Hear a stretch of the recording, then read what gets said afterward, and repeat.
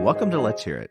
Let's Hear It is a podcast for and about the field of foundation and nonprofit communications, produced by its two co-hosts, Eric Brown and Kirk Brown. No relation. Well said, Eric. And I'm Kirk.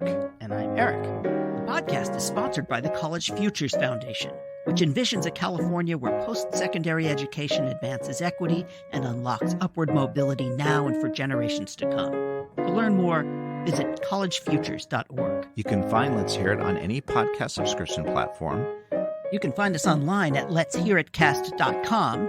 You can find us on LinkedIn and, yes, even on Instagram. And if you like the show, please rate us on Apple Podcasts so that more people can find us. So let's get on to the show.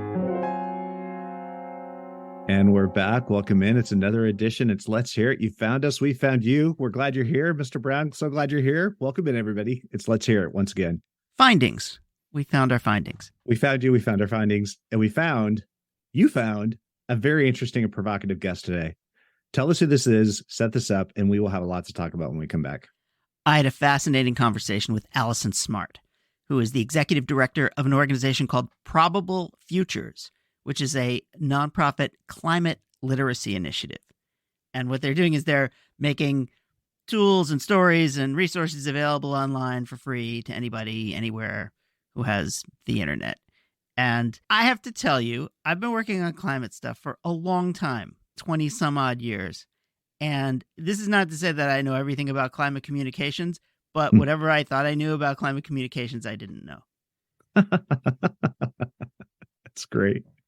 That's great. Well, you can find Probable Futures at probablefutures.org. Who would have thought that URL is still available? Very clever. Probable Futures gets started in 2020, and we're with Alison Smart, but we should acknowledge the team and also Spencer Glendon, who is the founder of Probable Futures. But let's listen to Alison and Eric talk about Probable Futures, and then we will come back. There is a whole lot to talk about here. So this is Alison Smart on Let's Hear It. Welcome to Let's Hear It. My guest today is Alison Smart, the executive director of Probable Futures, a nonprofit literacy initiative that makes practical tools, stories, and resources available online to everyone, everywhere. Alison, thank you so much for coming on to Let's Hear It. Thanks for having me, Eric. I mean, let's just dive right in. I think anybody who has worked in climate communications feels a little bit frustrated. I think they feel frustrated that people don't understand the challenges of climate. They are not willing to make the decisions to address these issues. And I think they also are frustrated that the message in many ways feels like it's not getting through. Would you agree with that? I think I would. It depends. So first, I would say that awareness of climate change has certainly grown in the past several decades. So there is no question about that. And there's no question that the conversation has changed significantly, too, from is it real? Is it not real? Is it natural variability? Is it human caused? You know, we seem to have moved beyond that and are now dealing with much more difficult topics, which includes how do we change our lives and our behavior and our systems to be able to operate within the limits that the earth and the climate gives us. I mean, that is a very sticky, difficult problem. And I will say, I have empathy for the people that don't want to hear it and don't want to believe it. It is a real challenging thing. So I think that the message has gotten through to different extents over time and has changed over time. And now we're at a different stage in climate communications. Yeah, there's a very interesting and fun paper in the Stanford Social Innovation Review recently called Stop Raising Awareness Already. Because this notion is that you can raise all the awareness you like, but getting people to act as a result of that awareness is another thing entirely. I mean, I definitely know about what bacon does to my arteries, but I love it. And I figure, I don't know, I'll take a pill or science will solve my problem. Or, you know what? I just like bacon. And I think many of our behaviors as a society, we're in that same boat.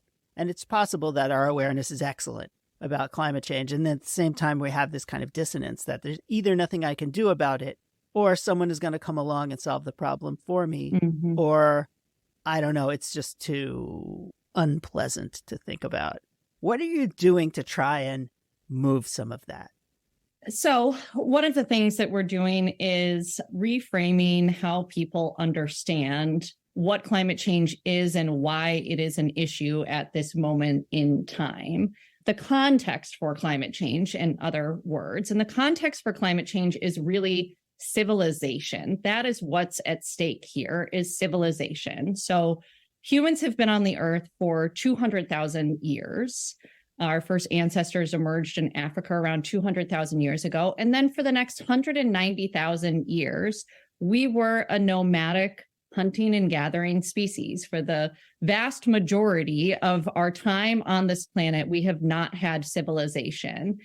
Around 12,000 years ago, something really amazing happened, which was the climate stabilized. So over those 190,000 years, the climate was changing constantly. If you look at a graph of the history of the global average temperature, which we show a lot on our website and in our educational sessions at Probable Futures, you would see the global average temperature, and by extension, the climate changing constantly. And then 12,000 years ago, the climate stabilized, and it stayed within a very narrow range of global average temperatures. It barely even fluctuated a degree over the course of 12,000 years. And that climate stability gave us the ability to settle in one place, for example, and know that this community could stay in this place for as long as we wanted to, because the seasonal patterns would be the same year after year. And we could know what plants we could grow in this place. We did not have agriculture. We did not practice agriculture as a species until the climate stabilized. And it was because of that stable climate that we were able to build a more and more sophisticated society and civilization. So over time, we built cities, we had long-term communities, and those communities had long-term cultures, and eventually those cultures formalized into governments, and then governments built infrastructure until eventually we have this like very sophisticated, very complex civilization that we have today. And a stable climate underpins all of it. All of it assumes that climate stability will continue. So the issue is now the climate is changing. So climate change has been largely understood as something we need to worry about because there will be warmer temperatures, and that is true. But what's really the issue is that it's about instability. So it's about the fact that we have never maintained civilization in a changing climate before. That is unprecedented. It is a paradigm shift, and we're going to need new skills, tools, and education to live in that new paradigm. And that's what we're working on doing at Probable Futures. We spoke before our conversation right now, and something went off in my lizard brain. This is really about planning. This is about being able to plan for the future. And whereas, as you just said, you could build a civilization based on one set of climate, and now all of a sudden we're seeing cities are built into low-lying areas, and you're going to deal with flooding, or there are folks on coasts that will just be blown away by hurricanes and things like that. So the whole nature of planning feels like it's going to shift dramatically in the next whenever, by Monday, or else, we're just dealing with the effect of that. How do you help people plan for this big change? What are the kinds of either recommendations that you make or policy solutions that you might come up with? How do you change when we've been stuck in one place for 19,000 years? Well, before we get to the recommendations and the solutions, we need to understand the nature of how it's changing, and we need to use the information that we have at hand to inform that planning as much as possible. And there are two things that go into that. One is climate literacy, kind of a literacy about how the Earth systems work and how they are changing as the atmosphere is warming. And the second thing is that we have climate science. We have decades of research and data and information that, when presented in a resonant way, can be a really practical tool to help us plan. We really are very lucky that we are dealing with this enormous issue. We have this gift of climate science to help us navigate through it. So we have global climate models that can tell us at a pretty detailed level, at a pretty granular scale, how the climate in this particular place is likely to change. What are the ways that it's going to change? How many more days above 90 or 100 degrees will we have at current or future warming scenarios than we had in the past? How much rain is the big storm likely to bring in this place? So we have these tools that are available to us. But when we started Probable Futures, in particular climate model data, which had been being built up by the scientific community over the past 40 years, and it's technically public information, but it only really even a small slice of the climate science community knew how to access those climate models and use that data. So what we did was we stepped in, we worked with scientists to tap into those climate models, create interactive maps and tools, and translate it in a way that the everyday person could actually understand the information that it's giving us. So those are the two things that we're focused on. So I want to go back a little bit and talk about you for a second. My guess is, based on your resume, that you didn't graduate from kindergarten and say to your parents, I want to be a climate science communicator. I did not. Far from it. Can you talk? You have, like a lot of people I know, have had a really interesting and varied career before you got to this place, before you landed here. Can you just talk a little bit about that? Sure. I mean, in some ways it's varied. And I think in a really important way, I've been doing really similar work my whole career. And my career has really been about helping experts translate their work in a way that makes it resonant and understandable and meaningful to general audiences, to non-experts. And the way that I got into that work was through the arts. So I grew up being very interested in music and performance and theater, and ended up going to college for those things. And after college, I started working in the museum field. And I was working in philanthropy, so in fundraising, communications, and really what that's all about is helping people tell stories with their work for general audiences, for funders, for example. And then after about a decade of working in museums, I was recruited to what's now the Woodwell Climate Research Center. At the time, it was the Woods Hole Research Center. And I was recruited there not because I had a background in science, but because I had this background in kind of translation, storytelling, interpretation of academic material for general audiences. And the climate scientists at Woodwell at the time really wanted help from people outside of their discipline so that they could understand how to tell better stories with it, understand what would be meaningful for audiences outside of the climate science community. So they really had the vision to bring together people from different disciplines to better communicate climate science. So it was there at Woodwell that I got my own education on climate change and climate science. And it was also there that I realized that climate science is actually very intuitive, especially the most critical aspects of climate science. The most important concepts to know are really intuitive. I mean, these are things that we experience every day. We experience the climate every day. So I felt very inspired to continue with that work and help people build their climate literacy. Well, yeah, I want to interrupt this conversation with a rant because as a communications person, we have spent so much time listening to the so-called program experts talking about their work. And they invariably say, oh, you don't understand. It's complicated. And my response is always, if you make it too complicated, then no one's going to understand. And that our job has been to be able to communicate complicated concepts, maybe, or potentially complicated concepts, and help people to understand why it matters, what they can do about it, what the future could look like. So I'm not surprised, for example, that you came from museums, which is one of those few places in our culture, I think, where the so-called regular people come in to learn about science or art or any number of other things in a kind of a popular way, and that the idea is in many instances to popularize it so that more people can engage with it.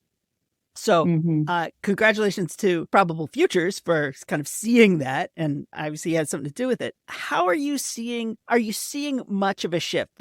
The great Woodwell people who saw that they needed to do a better job of communications is a great example of leadership, but there's other places where we need to move this along. But where are you seeing that kind of shift starting to happen? I would say I'm definitely starting to see more non-traditional climate communicators who are seen as real authorities. So I think for a long time, it was really on the climate scientists to be the communicators for this issue. And I have a lot of empathy for the climate scientists because what they're great at doing research and analyzing data and being really observant. And I mean, they're great at so many things, and not all of them are amazing communicators or amazing storytellers. I mean, there are some that happen to have both of those skill sets. But I think it sent the message for a long time that climate communications could only be delivered by, a person who was actually doing the research. And so the flip that I'm seeing and that we are working towards is helping many other people in society build their climate literacy so they can not only communicate about climate change and climate science, but also have that awareness of their particular community, bring other kinds of expertise to that climate literacy. And then with those two things together, you have a much more meaningful story about what climate change will mean to this particular space, whatever it is. So I'll give an example. I am very inspired by and feel very hopeful around the storytelling happening in the entertainment community, in the arts community, bringing climate storylines into popular culture and entertainment. And so there are great organizations who are kind of serving as the bridge between those two communities, between climate science and climate policy experts and Hollywood, for example. And so I think that is really promising, and we need many, many more of those people who can serve as the bridge between those communities, who have a really strong foundation, have a really strong climate literacy, but can also knowledgeably bring it into another discipline. Well, we're going to take a short break and we're going to come back, and I want to talk more about what some of the specific projects that you're working on at Probable Futures. And then who knows, maybe there may be another rant or two coming up. But we're going to take a short break. We'll be right back with Alison Smart. You're listening to Let's Hear It, a podcast about foundation and nonprofit communications, hosted by Eric Brown and Kirk Brown. Let's Hear It is sponsored by the Stupski Foundation, a foundation returning all its resources to the communities it calls home in Hawaii and the San Francisco Bay Area by 2029 to support just and resilient food, health, and higher education systems for all. Because change can't wait. Learn more at stupski.org. We are also sponsored by the Conrad Prebys Foundation. Check out their amazingly good podcast, and we're not just saying that, Stop and Talk, hosted by Prebys Foundation CEO Grant Oliphant. You can find them at stopandtalkpodcast.com. And now, back to the show. Welcome back to Let's Hear It. My guest today is Alison Smart, the Executive Director of Probable Futures. And we're talking about climate literacy, and we're talking about how we can actually, communicate about climate in a way that begins to make a difference, that continues to help people prepare for the future. I mean, the future will be different. What are some of the ways, Alison, that Probable Futures is starting to help change how people are preparing for the future? Our two goals as an organization are, one, to democratize climate science and to build societal climate literacy. So on democratizing climate science, we're making available at probablefutures.org digital climate literacy platform. And kind of one of the core parts of that platform are interactive maps where you can look anywhere, almost anywhere in the world, drill down to a local area and see what climate models tell us about how this place will change under different warming scenarios. So one of our offerings is simply making that kind of education and that kind of power tool available online to everyone, everywhere for free. And we recently launched it in a few more languages too. So it is available in English, Spanish, French, and Chinese. We make that available at probablefutures.org. The other thing that we do is partner with organizations and entities that can then bring these tools and resources into their community in a way that makes sense for their community. So we have lots of different communities that are businesses, that are industries, that are organizations, that are actual governments or neighborhoods even, and all of them have different norms and different practices that they use. And we wanted to help those people bring this information and bring the resources in a way that would look familiar and make sense to their community. So a couple of examples on that. One kind of more technological example is we're working with a supply chain software company. So if you are a supply chain manager for a big, complicated company that has a supply chain in multiple countries, you likely use this software. And so what we're working on with them is bringing the data and the maps into that software and building functionality around it so that supply chain managers can build their climate literacy and explore the maps and do climate risk assessments within that environment that they're already used to working.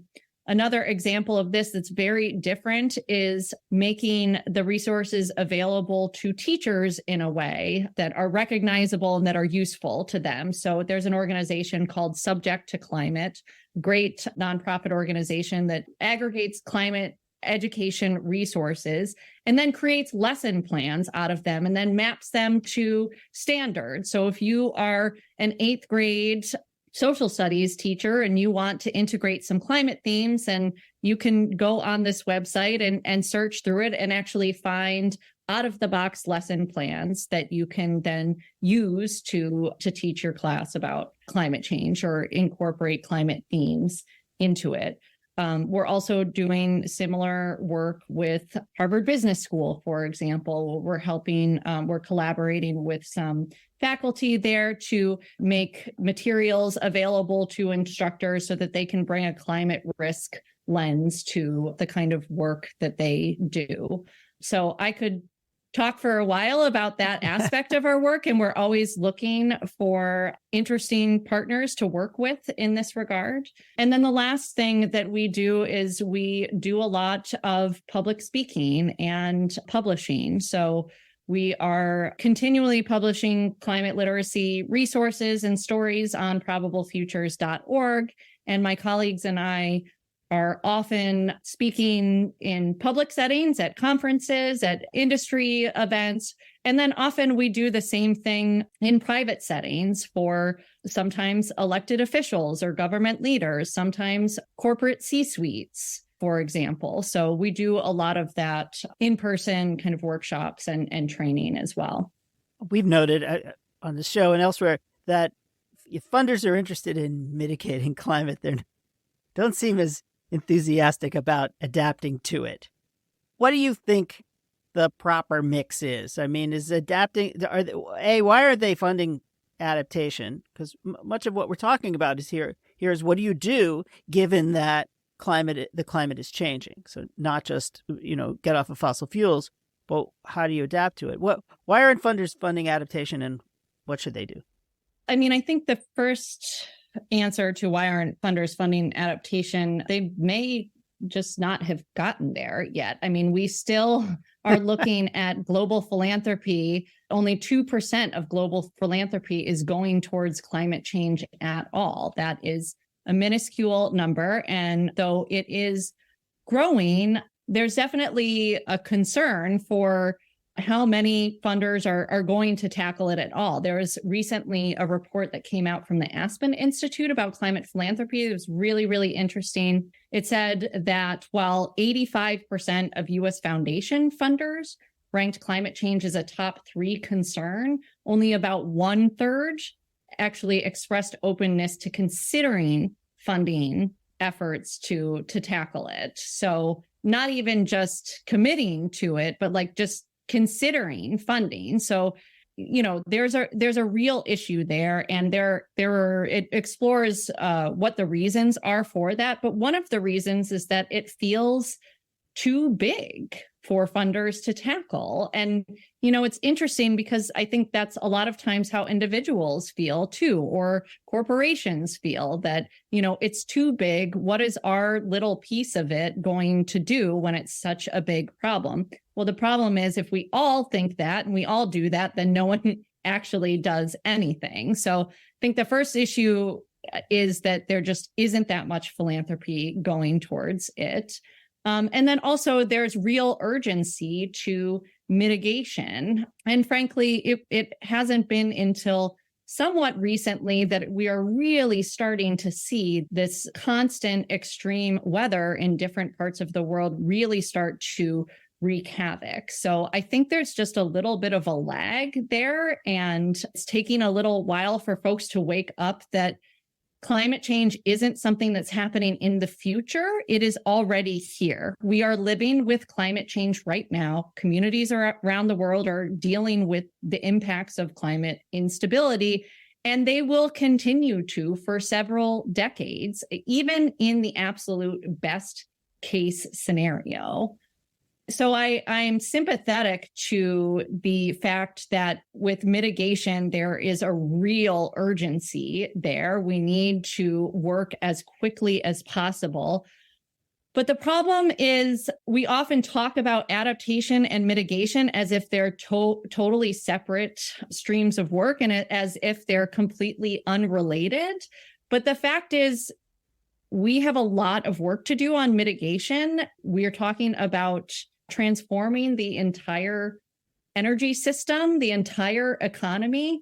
And if we are doing that also while trying to deal with small or big climate crises on a regular basis, it is going to make that mitigation work much, much harder. So we need to start thinking about adaptation and resiliency.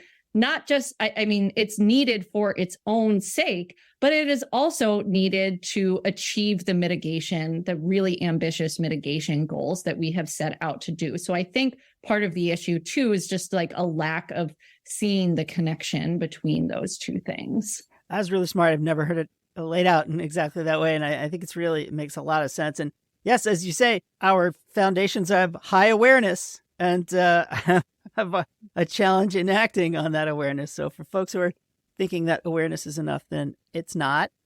Just in the last couple of minutes that we have, you've spoken to me about how the local governments still function. Many of us are fairly despondent about the state of national politics and the ability to get anything done, particularly like big thinking that will be costly and economy shifting, although obviously we've already seen a lot of stuff come out of this last Congress. How is it that how are local governments addressing these issues? And are you seeing some opportunities kind of in left-right partnerships or not? I mean, I'm really curious to see whether this, again, is another opportunity for funders and folks who care about these issues to focus on what you can do in places where things are actually still functioning and happening. Yeah, I think there's a lot of promise and opportunity in local governments for a few reasons. I mean, one is, well, to your point, yes, they do still function better than our federal government. Number two is that the federal government made, through the IRA and the Bipartisan Infrastructure Act, made a lot of resources available for communities and for individuals to take some of these steps on both mitigation and adaptation. But communities actually have to go after that funding. They have to understand that law and what's been made available. So I think there's a lot more opportunity there for just translation of what has been made available through the IRA and how local governments can access that funding for projects. But I also think adaptation and resiliency is a real opportunity because, first of all, that has to be managed locally. The climate change is going to manifest differently in different places.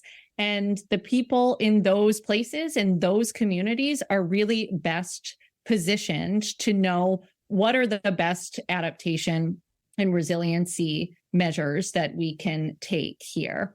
One of the things that I think is really motivating about working on adaptation and resiliency is that it is available to everyone. Not everyone can come up with some new kind of nuclear fusion that's going to avoid emission. And really, not every community is contributing significantly to the problem either. But every community is going to be dealing with the impact. So it is a form of climate action that is absolutely available to everyone. And it's one of the reasons that I find it to be a promising area of climate action and a promising area of work. Well, on that very hopeful note, we have to look for our hope where we can find it. I just want to thank you so much, Alison, for your work, for talking with us. And it's so interesting. And I'm learning so much about how to communicate about this. And I love it when the time is over and I go, wow, I just learned a ton. So I really appreciate it. I'm happy to leave you with leave you with some hope here, because it's something that we think about a lot, especially when we spend a lot of our time helping people understand what these impacts are going to be and how they can prepare for them. And I think one of the areas of hope is that we still have a really amazing planet. Like, we're all getting very down on climate change, that it's not as perfect. The climate isn't going to be as perfect as it once was, but we still have an amazing planet. It is way better than Mars. And we should feel very lucky that we know how it works, that we know how the Earth systems work well enough that we can figure out how to live within the boundaries of the planet. And one of the framings that we have found to be very honest and very effective when we think about this idea of what hope is there, is that we can still live well in a changing climate. That doesn't mean that we don't do anything about it. But, if we mitigate the worst possible scenarios, we can still find ways to live well and to thrive in a changing climate, but we have to actually think ahead and plan for it. So I'll leave you with that. I like that too. Yeah. And Earth. Welcome to Earth. It's way better than Mars. I think that's a good calling card as well. Well, thank you again. Sure. Alison Smart, Executive Director of Probable Futures. Thank you so much for your work and for your time and for talking to us. Thank you, Eric. Really appreciate talking to you, and I appreciate the work you do. And we're back. So, Alison, thank you. Very gracious of you to take this invitation from this person, Eric Brown, and this podcast, Let's Hear, to talk about your group. And so pleased to hear that this organization is underway and doing its work. So, Eric, what do you make of this? As you mentioned, you've been involved with climate communications for a long time. I have too, but you've also seen it from the philanthropic side. So an organization comes to you 3 years ago and says, we want to develop a new institution focused on climate communication and democratizing science. How do you respond? All I can tell you is that after speaking with Alison, it just occurs to me now what we're dealing with.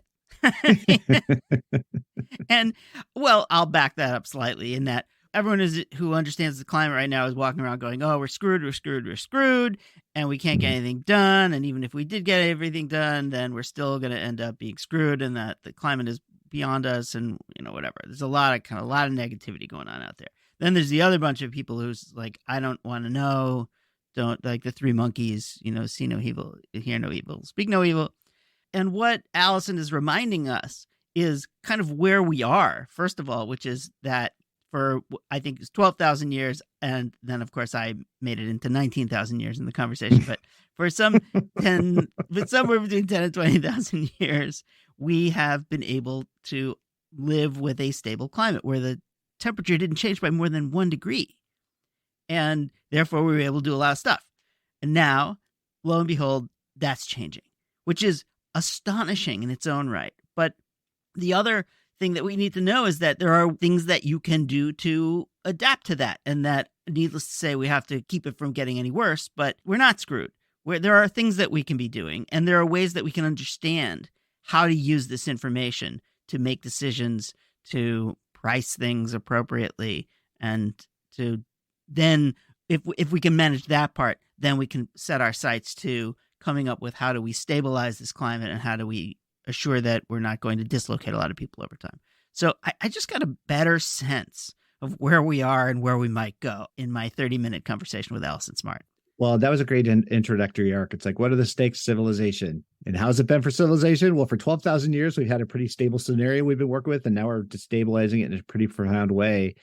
Yeah, it's interesting. Every time we destabilize something, things get harder, things get more difficult. And interestingly, complexity gets smaller too. So, you start seeing the consequence of this instability in terms of what happens to built environments, et cetera, as all these horrible weather effects and stuff related to climate start becoming more severe, more catastrophic.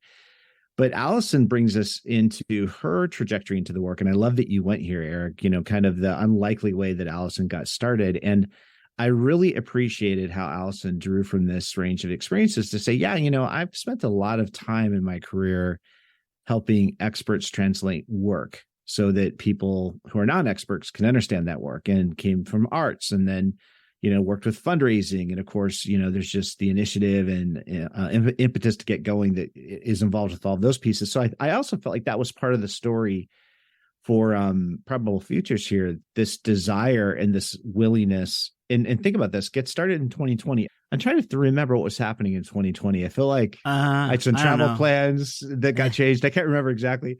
But so, I started ordering in.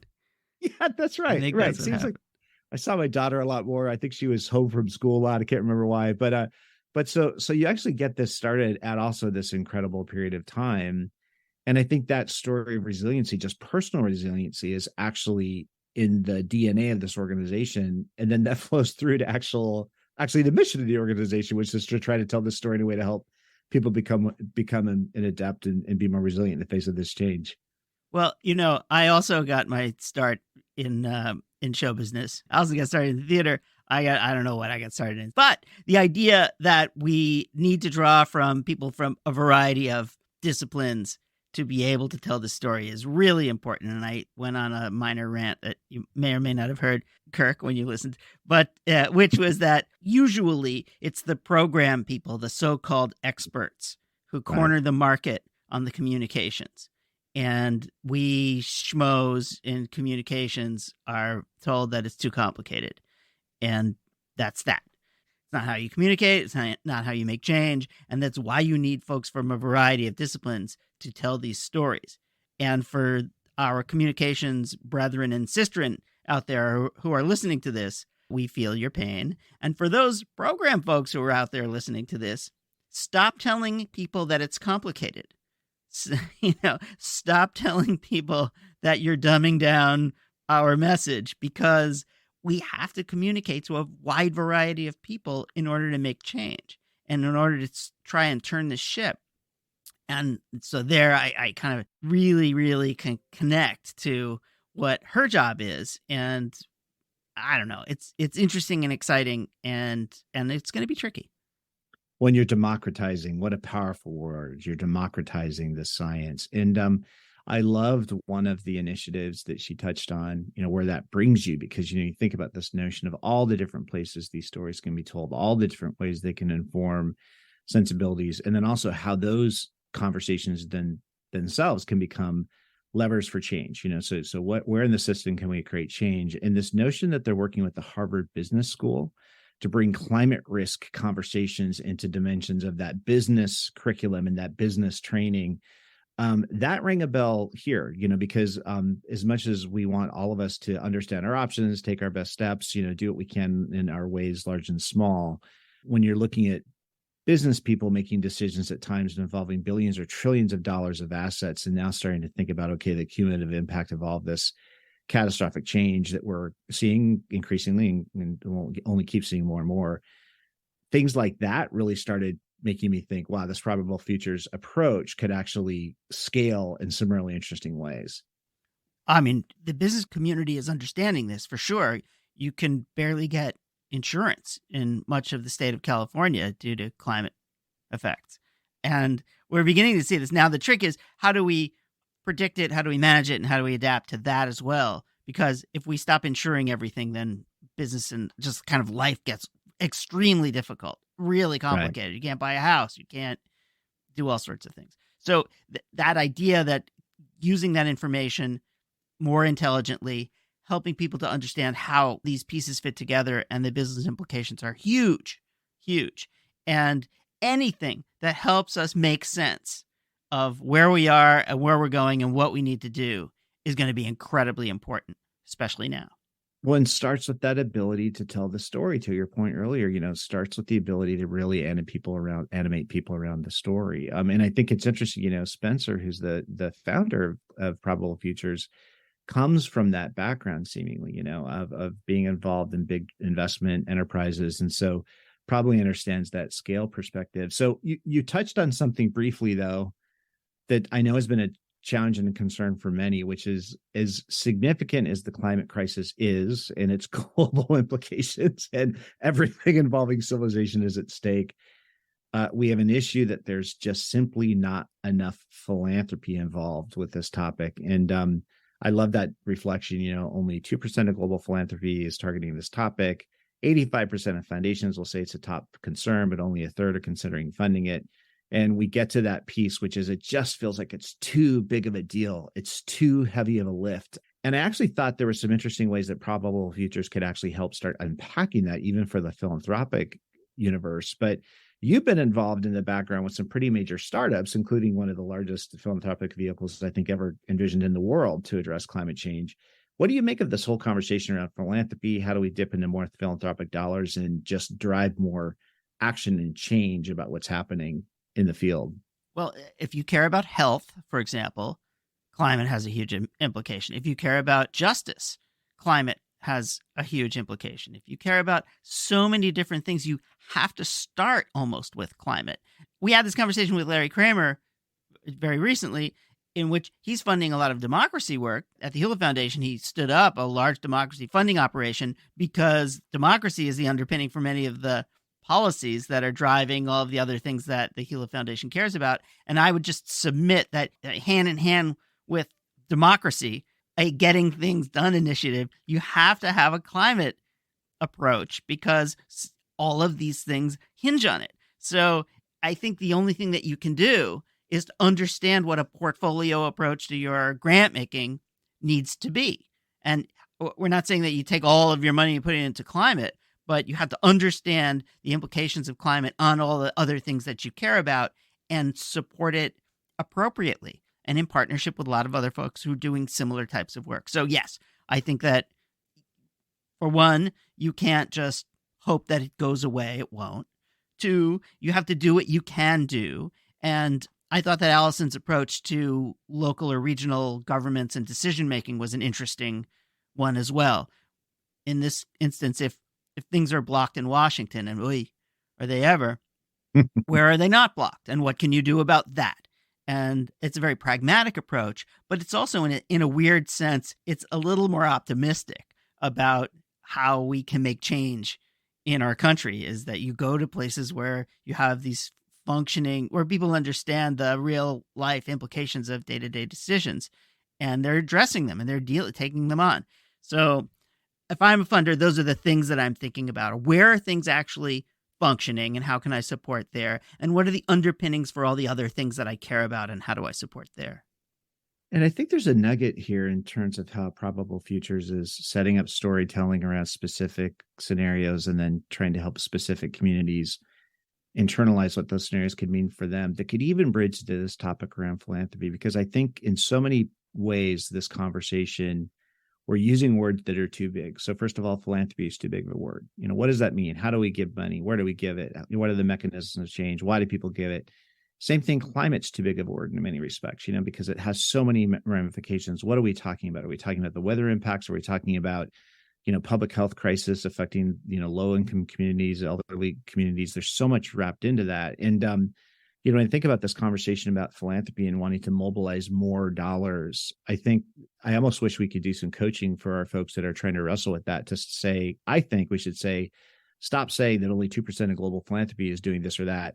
Let's start saying there's 1,000 ways that anybody who cares about their community can invest in locally relevant and actionable things. And the price tag for those investments can range from $5,000 to $5 billion. But there's everything in there. And I think it's that notion around creating real actionable opportunities for people to do something that speaks to them, meets them where they're at, that something like a Probable Futures could actually help be a bridge on there. And another place where Probable Futures is bridging, it was very interesting, this conversation around mitigation. What are we going to do to solve the problem, produce less carbon, versus adaptation and resiliency? Now that the sea levels are rising, what do we do about that? Now that there's greater wildfire risk, what do we do about that? Now that there's going to be more drought, what do we do about that? So what do you think about this balance between mitigation and adaptation? Because I really appreciated how Alison said, it's really a both and in fact, you have to start doing the adaptation work well and soon, so that you continue having resources available to do that paramount mitigation work, which we know is really going to solve this challenge writ large. But that's a tough balancing act. And I know that sometimes those mitigation adaptation worlds feel like, it's the circular firing squad once again, because, they can feel like they're working at cross purposes from each other, those communities. Well, I agree with her perspective. It makes total sense. If you're so busy literally putting out fires, you will not have time to prevent them in the future. And that's kind of the size of it. We have to deal with the effects as we are trying to reduce the possibility of worse effects. It just makes sense.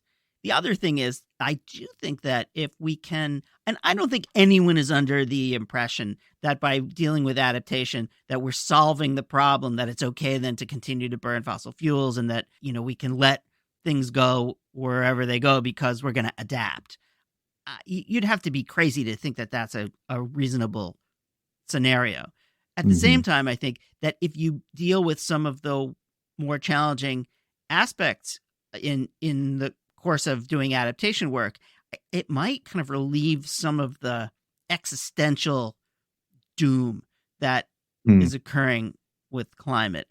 So if we're able to address some of these issues, then it might give us a little bit of confidence to go forth and think that we're not all screwed. So that's how I think about that kind of stuff. Well, in fact, Alison, leaves us with the note of hope, says that, hey, it's not perfect, but it's way better here than Mars. And we can live within the boundaries of our planet, even as it changes.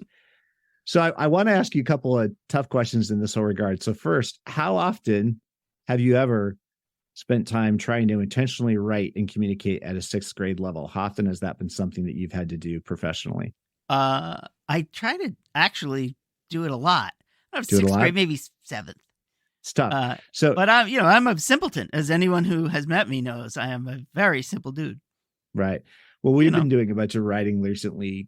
It's explicitly in that style and actually using tools to assess ourselves and see, okay, what are we writing at? Because one of our projects really requires it. And one of the things that came just leapt out at me as we were going through this exercise, I was like, so sometimes if you use words together, if you use the word climate communication together, you're no longer writing at a 6th grade level. Like you don't even get to use those words. And like so many of the words that we need to use to express what we're talking about take us out of that realm. And then we have this other dimension, which is average household incomes in the United States right now, I think are running at like $40,000-$45,000 a year. And so there's this piece around what we do. We're trying to communicate at a 6th grade level. We're trying to communicate into an environment where household incomes are like below $50,000 a year, and trying to engender and catalyze and motivate all of this support and engagement around this change that we know needs to happen. And somehow I'm stepping back because we're now coming into another political cycle. And I'm seeing these two major exercises going on. One is the one we know so well, which is we want to make things better in all these different ways, and improving, the landscape around climate change is certainly a big part of that. And at the same time, we see another playbook unfolding, which seems to have at its root something about let's end democracy in the United States. and there's a push pull between these things going on, right? There's this whole piece going on around how do we make things better, and then there's this piece where many of us will look at and say there's no way you can look at that any other way and say this is going to make things very much worse. And we've talked. Conspiracy Kirk has come on this podcast before and said I think these things are linked. I think that the Project to End Democracy in the United States has everything to do with this whole thing that's going on around the global oil economy. But how do you think we're doing? Because even in this conversation on climate communications, I feel like we're starting from a place that's almost too far removed from our audiences. Like when we start saying climate communications, we're no longer at that 6th grade level. Yeah, I loved your reflection, the piece that was, I think, what an SRI, stop raising awareness. Yeah. Like as we're trying to tell these stories, for what purpose and to who, so who can do what.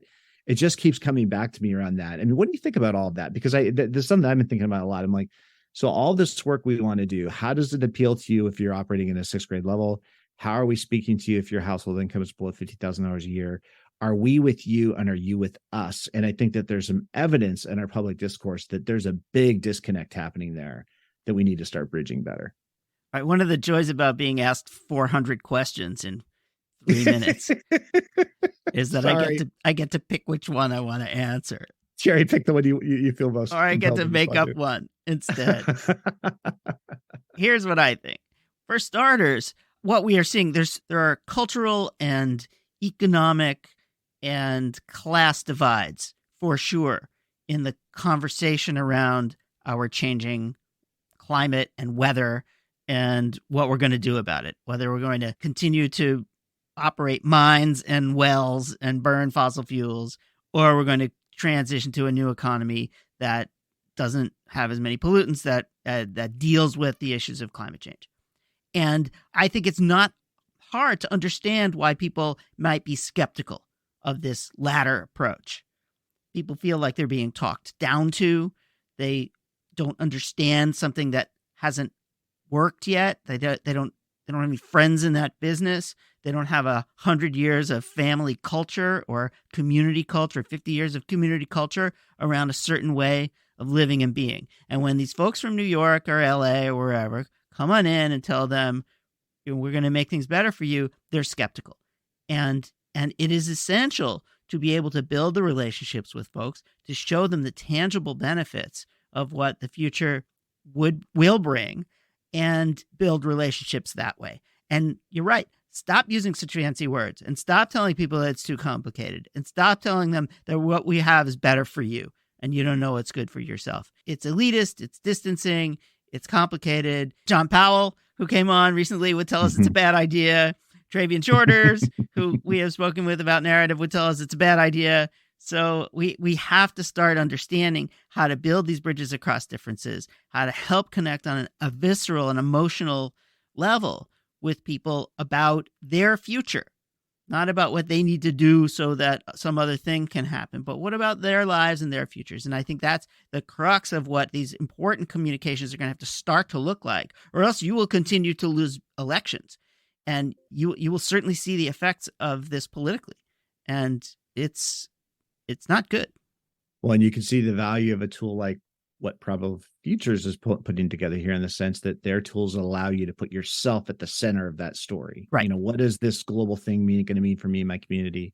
My last comment here, that I almost think in some respects we're in the era of post-climate communications.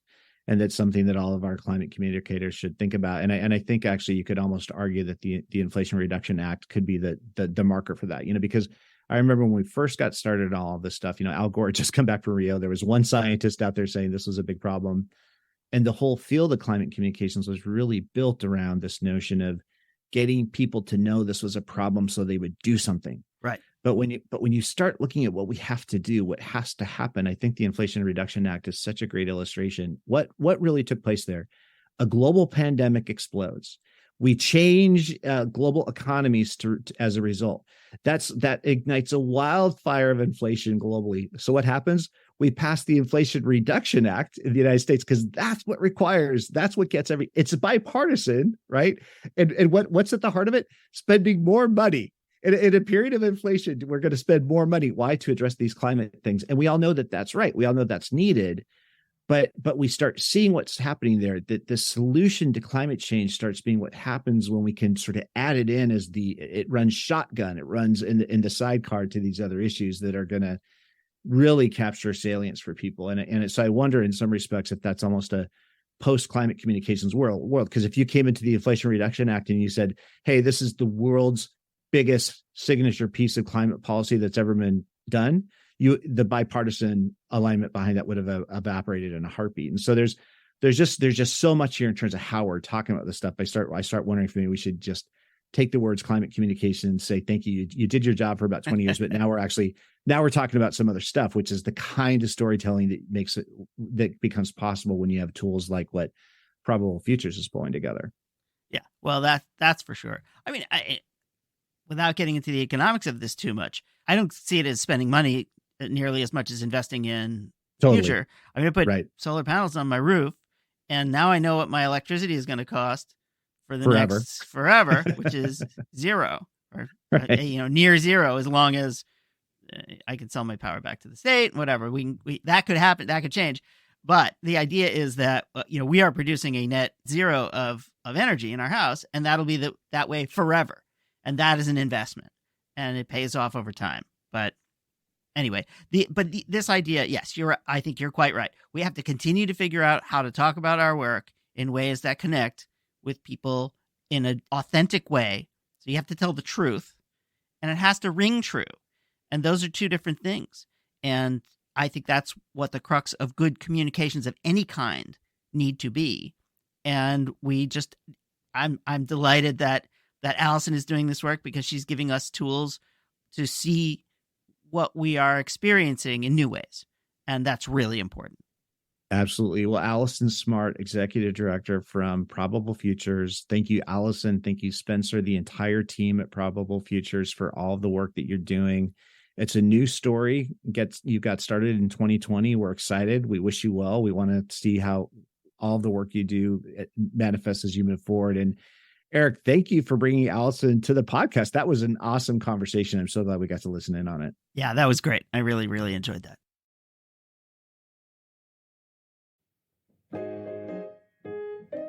Okay, everybody, that's it for this episode. Please let us know if you have any thoughts about what you heard today or people we should have on this show, and that definitely includes yourself. And we'd like to thank our indefatigable producer, Harper Brown, John Ali, the tuneful and inspiring composer of our theme music, our sponsor, the Lumina Foundation. And please check out Lumina's terrific podcast, Today's Students, Tomorrow's Talent, and you can find that at luminafoundation.org. We certainly thank today's guest, and of course, all of you. And most importantly, thank you, Mr. Brown. Oh, no. Thank you, Mr. Brown. Okay, everybody. Till next time.